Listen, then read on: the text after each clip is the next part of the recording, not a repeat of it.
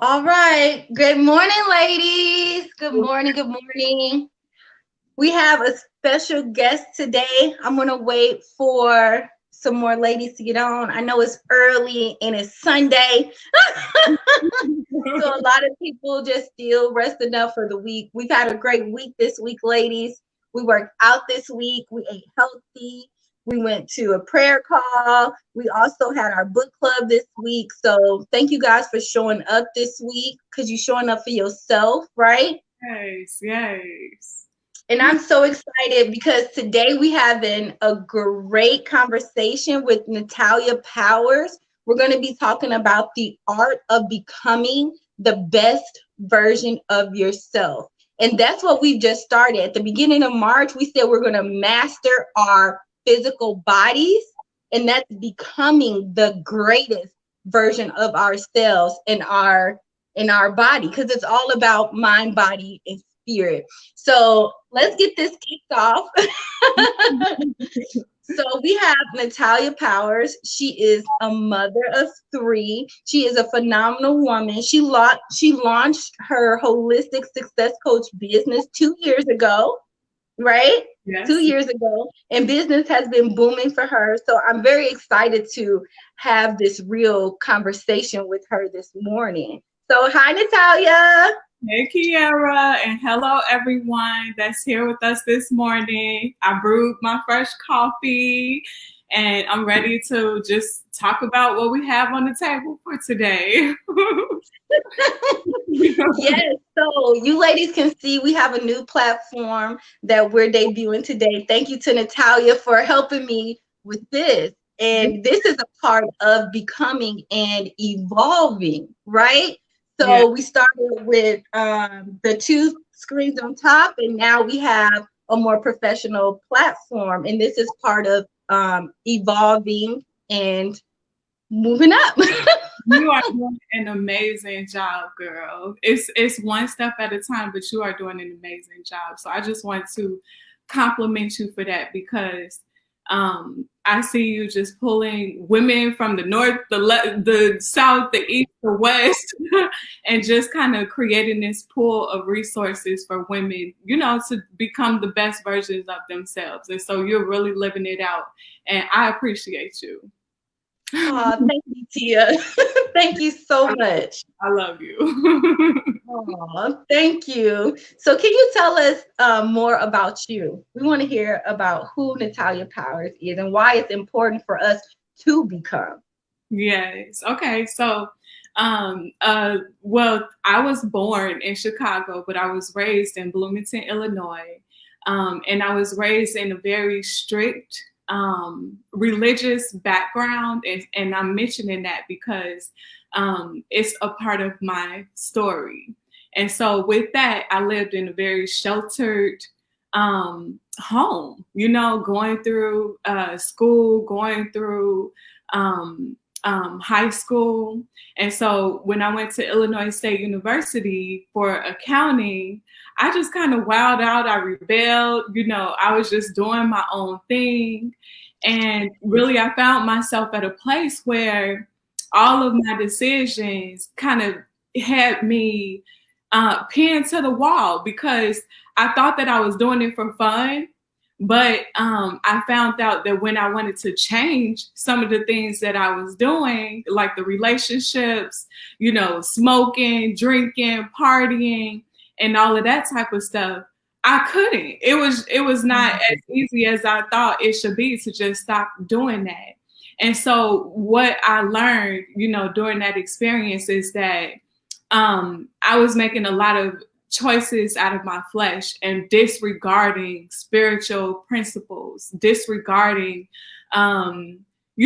what God had intended for me, And so in college, just met God and started to develop my own relationship with Him. And, just during the course of that, going to school, graduating with accounting, getting married, and kind of going through all of those things, getting a career in accounting, again, I found myself up against this wall, thinking that, I had everything that I wanted, but found myself kind of empty, you know, and not really feeling fulfilled. Although I was in ministry doing X, Y, and Z, I was the praise and worship leader, I was the treasurer, the Sunday school teacher, and superintendent, I was still empty, you know? And so it was just through that experience that Destined Initiatives was birthed as a result of doing some soul searching and wanting to have more meaning in life and more significance. And so, you know, as I started to pursue that, things started to really crumble in my marriage as well, you know, and that's a completely different, you know, story and topic. But things started to crumble also in my faith community. And I say that to kind of tie back to the religious upbringing, you know, that I had. I was kind of going, I was under a lot of religious error, you know? And so when I started to kind of really do that soul searching and try to find out who God created me to be and tap into that, everything that did not make sense started to crumble. And so that's how I end up where I am today, you know, with Destined Initiatives, you know, and just pushing for becoming the best version of yourself, regardless of the expectations that people and church would put on you. You know, because it's a and B conversation, you know, between you, you know, and so sometimes, you know, you have to kind of realign. So that's me in a nutshell. Yeah, and I can definitely relate to your story. So my upbringing, it wasn't as strict, but we grew up in the same hometown, so we was all around each other, and it was pretty much that's all we knew. All we knew was just us, you know? And so when I left for school, that became a whole different life, right? Yes. And so then, you know, I began to get in the world and do what it is that I wanted to do, because I felt I was free. Right, so I can do what I want to do. I meet all these cool people. But one thing I do know is that being in the world, things happen to you, and God, which was the center of who we were when we were children, you always go back to Him. Yeah, you know? Yeah, because He is the source. Exactly. And you know, there's scripture that talks about, you know, how does the scripture go? You know, raise a child up, you know, in the word and in the right way. And when they get older, they will not depart from me. But what I had to find was that I couldn't ride off of my parents' faith and the form of their faith. Because if you remember us, we were the Powers girls with the skirts on. You know, we didn't do makeup, we didn't do jewelry. We just had all these rules and regulations. And honestly, that turned me off from God and the church altogether, because that was like things that I, you know, wanted to do, and I didn't feel should be things that I should not be able to do, you know? And so that was the part of like the organization that we were a part of. And you know, different church communities have different things that they put in place. But, you know, my overall lesson was I could not ride off of my parents' faith, and I needed to know God for myself, you know, and develop my own boundaries of what was spiritually healthy and unhealthy for me. I definitely understand that, because it's all about a personal relationship with God. Yes. And hey,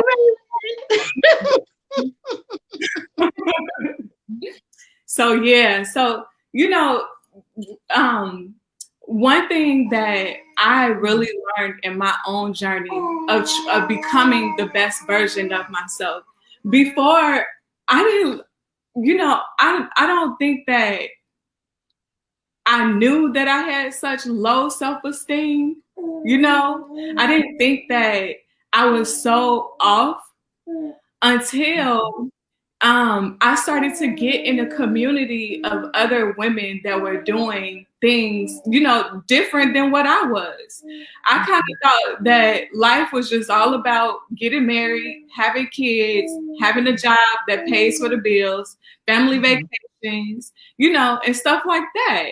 But it wasn't really until I tapped into a community of like women entrepreneurs that I saw what was possible, and that if you wanted to push for greater impact and more meaningful significance from your life, other than the four walls of the church, like us as women, we have the ability to impact the globe, like, the nations, and not just within the four walls. And so I just started to want more. And it wasn't until then that I started to see where I was not measuring up. I didn't have the boldness. I didn't have the confidence. I didn't have the ideas or the resources to really start to do, what I felt like God wanted me to do, And so a part of the art of becoming the best version of yourself is to measure yourself up with, do I have a vision? Because a lot of our vision is like this tall, and what God is trying to take is like beyond the universe. You know what I'm saying? And so if we start to measure, do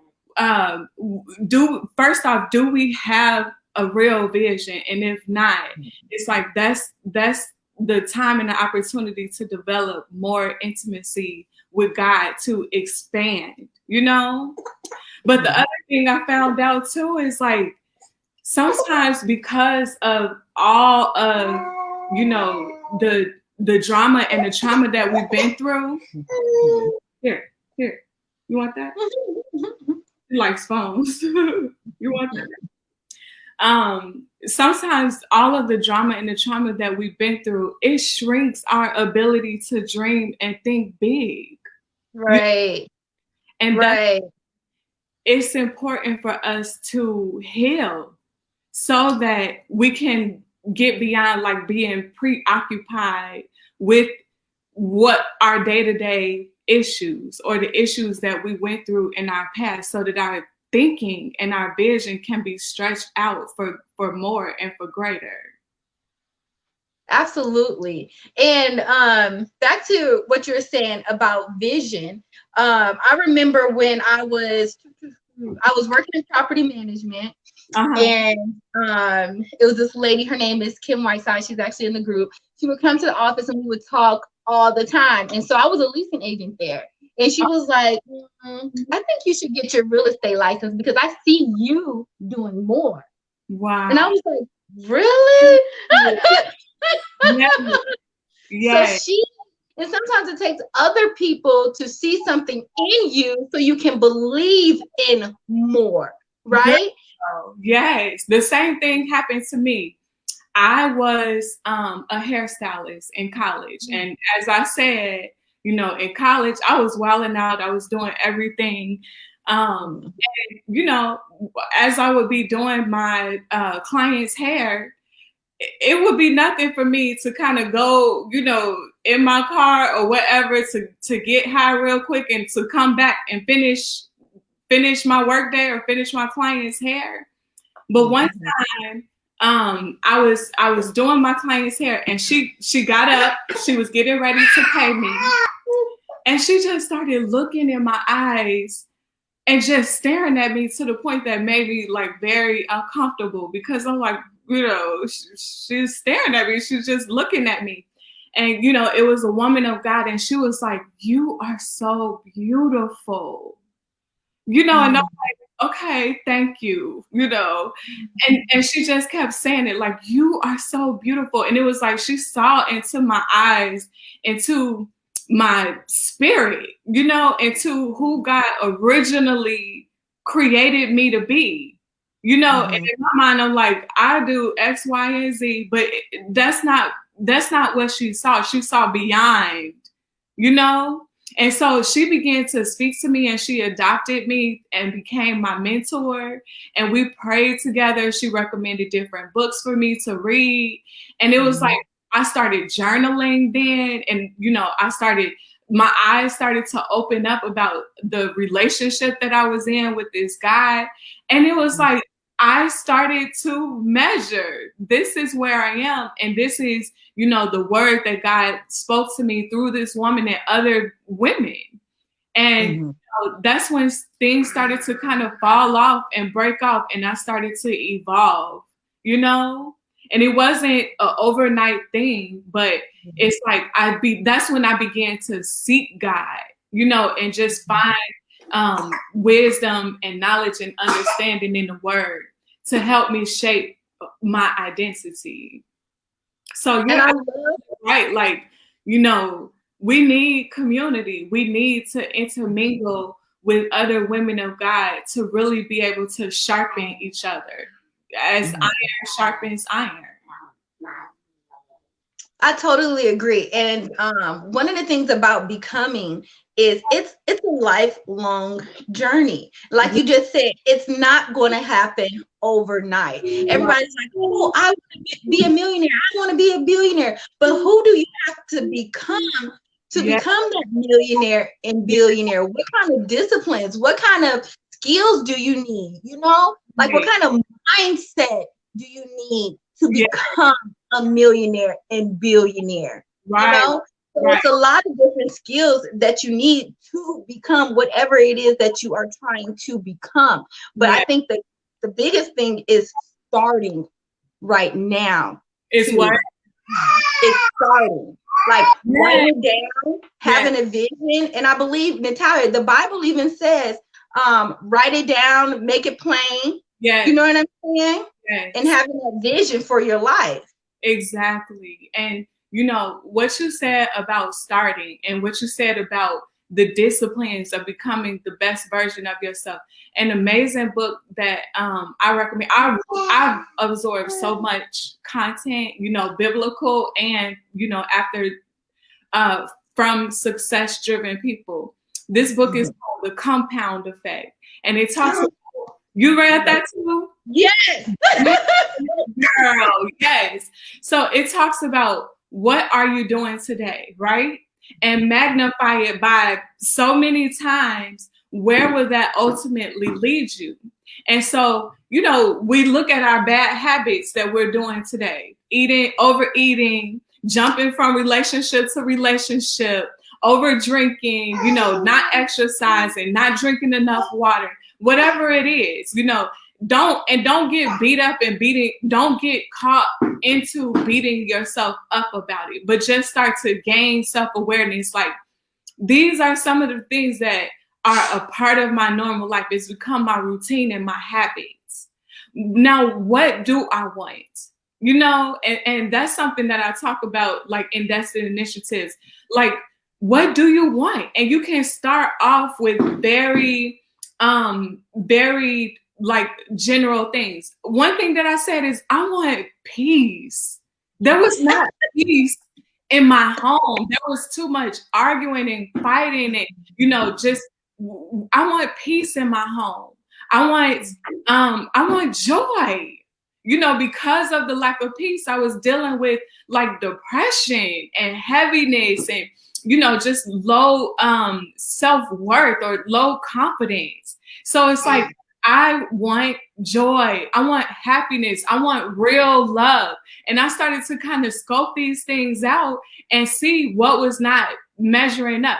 And so now I'm at a place where it's like, what can I do on a daily basis? You know, what can I do on a daily basis to go towards the identity that God has called me to do? You know, if I'm an author, if there are ladies out there, if you want to be an author, are you developing your writing skills? Are you journaling? You know, are you posting on Facebook some of your reflections and observations about things that you want to write about? You know, if you want to be a successful entrepreneur, Are you reading up on, sales and marketing strategies and things like that? Are you networking and connecting, with other like-minded people? It's like you have to challenge yourself to develop daily habits. What does my life look like on a daily basis for me to do those things? That's really art. That's really the art, Is developing the daily habits. I know for me, like you mentioned, overeating. I used to stress eat, okay? I mean, stress eat. And just recently, I just changed that habit. I had met Coach Shireen, and I got in her workout classes, and every day I feel like I'm getting better and better and better. I'm not overeating. And what I'm doing is I'm taking that frustration or whatever is going on, I'm taking it out doing our workouts. And for me, I find that so much more healthier, and I feel a lot better too. So it's just replacing those old bad habits with new healthier habits. And that's the thing, like that's really the key. I know that people try to bring about change in their life just by like cold turkey trying to do something. And when you try to do that, it makes you lose your confidence, because it just does not work like that all the time. And that's why I'm always like reading about the psychology of things. Like I like to read about the psychology of things, the spiritual side, just to really, really get an understanding of why I do what I do. Why do I settle for this habit in my life? I know it's not healthy. I know I want to change it, but why isn't it so easy? What is the trauma that I've endured? What am I running away from? What pain in my heart am I trying to medicate? What am I trying to numb out from? And so it's like when you start to get that type of understanding, then you can build from that understanding to change that's going to last. And that's going to really be a transforming change. It's not going to be like a speed diet. It's not just going to be a healthy thing. You know how sometimes you fast and you fast for a week, and then at the end of the fast, it's like, you just kind of go all the way backwards. Like, the change that we want to experience, we want to also sustain and be able to gradually change, more and more and more. And so that's why it's important to kind of study the change that you want to experience. And you might not be able to do it on your own. You need coaches, as you mentioned. You might need, a spiritual advisor. You need, I like what this one lady does. She has her own board of directors. She has spiritual advisors, she has therapists, she has coaches, fitness, gurus. That's her board of directors, because she has developed her team to really create and sustain the change that she wants in her identity. And I like the fact that you mentioned that, because I believe that surrounding yourself with like-minded people will help you become. Getting rid of toxic people, low energy, low vibration people, they have to go. Only surround yourself with positive people who are going somewhere, right?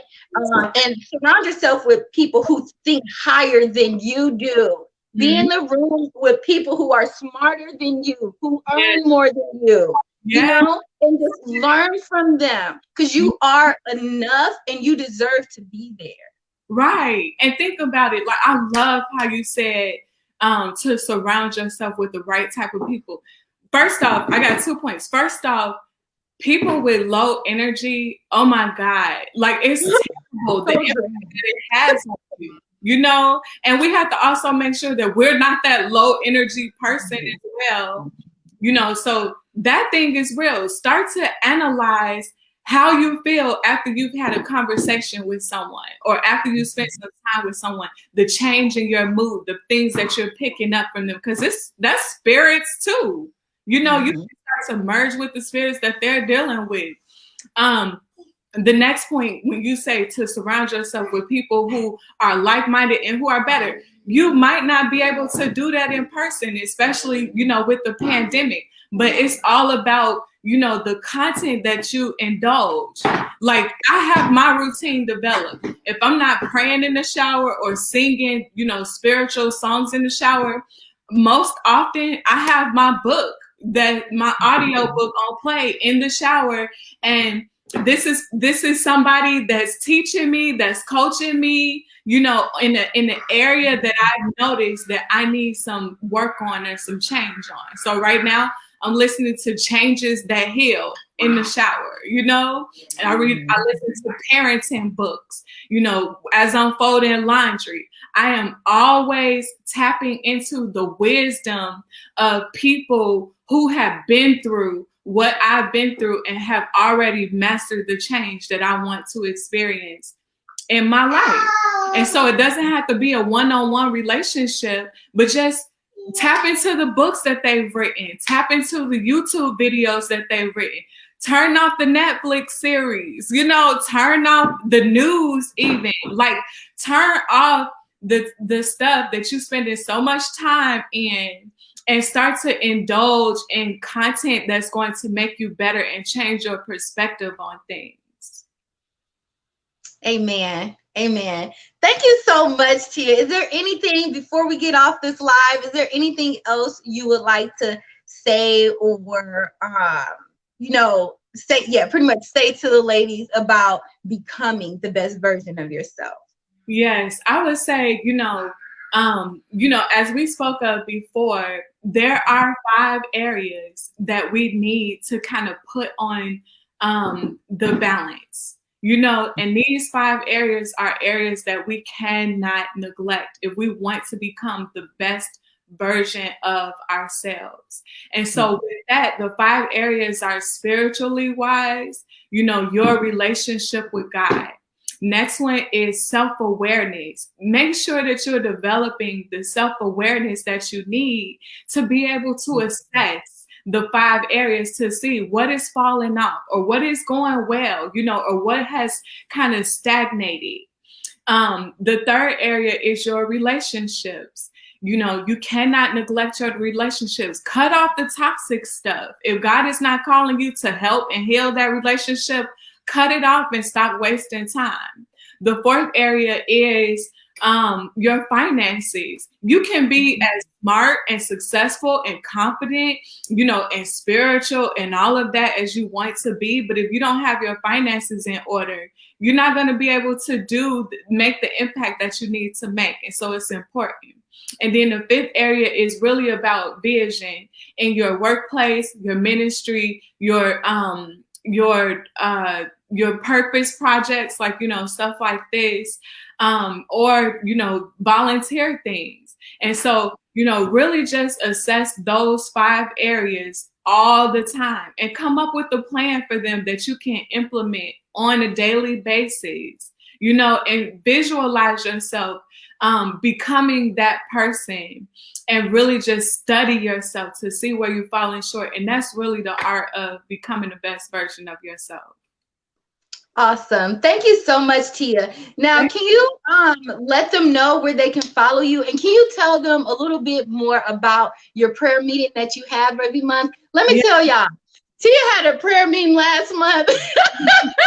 She had us all excited. It was so good. When I tell you, she told us about, you know, those 5 areas, and I wrote them all down. And by the end of the month, I was able to accomplish every single area, because we have women who are holding our hands and helping us through to meet our goal. Yeah. Can you tell us more about your prayer call that you host? Yeah, so something that I launched this year is called the Shift into Success Sisterhood. And the vision that God gave me for this sisterhood is to really gather women who are ambitious about God and about, the vision that God has given them, and to develop a community around that. And so each month we have a prayer call, we have an empowerment session with various topics, as well as a goal setting session. And each of the sessions are strategically scheduled for the last week of the month to anticipate what will transpire the next month. And so if you are interested in joining, you can just sign up at nashelton.com/sisterhood. And, there you'll sign up for the emails to be reminded of all of the meetings that we have.